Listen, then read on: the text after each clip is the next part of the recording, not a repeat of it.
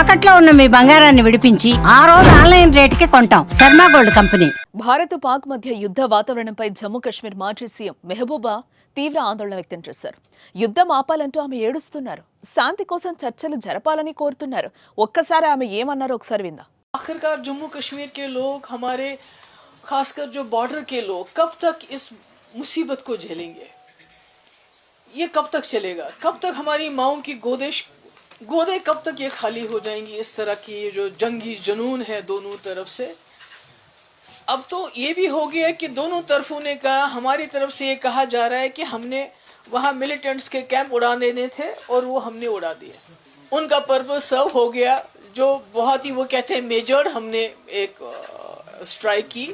तो इसी तरह से पाकिस्तान का क्लेम है कि हमने जी 5 जेट उड़ा दिए, हमने जी ब्रिगेड हेडक्वार्टर उधर पुंछ का तबाह कर दिया, हमने चौकियां तबाह करी, यानी कि दोनों ने हिसाब बराबर कर दिया।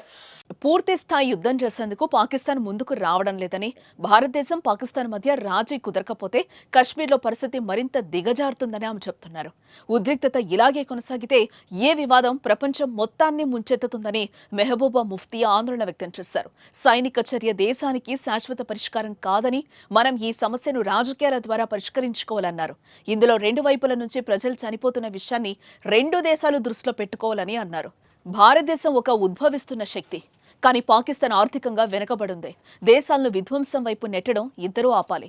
జమ్మూ కాశ్మీర్ ప్రజలు, ముఖ్యంగా సరిహద్దు ప్రాంతాల్లో ఉన్నవారు ప్రతిరోజు కష్టాలు పడుతున్నారని భావోద్వేగానికి లోనయ్యారు. ఉగ్రవాద శిబిరాలను నాశనం చేయాలనే మన లక్ష్యం పూర్తయింది. కాబట్టి ఇప్పుడే ఈ యుద్ధం ఆగిపోవాలని కోరారు. మనం పూర్తిస్థాయి యుద్ధం అంచున ఉన్నామని, ఇద్దరికీ అణ్వాయుధ శక్తులు ఉన్నాయి కాబట్టి ఇది అణుయుద్ధంగా మారితే ఏం మిగలదని తాను భయపడుతున్నట్లు తెలిపారు. ఇక ఈ మారణ హోమంలో అమాయకులు మాత్రమే చంపబడుతున్నారని ఆందోళన వ్యక్తం చేశారు ఆమె. మనం బతకాలి, ఇతరులను బతకనివ్వాలి. పహల్గాం దాడి మనల్ని ఎంతగా ప్రభావితం చేసిందో తెలుసు, కానీ ఇప్పుడు ఈ దాడుల పరిస్థితిని మరింత దిగజార్చాయి. దీనికి యుద్ధం పరిష్కారం కాదని ఆమె అంటున్నారు.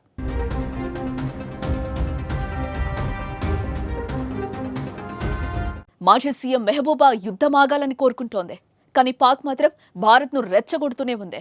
పాక్ కవ్వింపు చర్యలతో భారత్ ఎదురుదాడి చేస్తోంది. దీంతో ఇప్పట్లో ఉద్రిక్తత పరిస్థితులు ఆగే సమయం కనిపించడం లేదు. ఏ క్షణం ఏం జరుగుతుందో తెలియటం లేదు. కానీ భారత్తో పెట్టుకుని పాక్ మాత్రం భారీగా నష్టపోతోంది.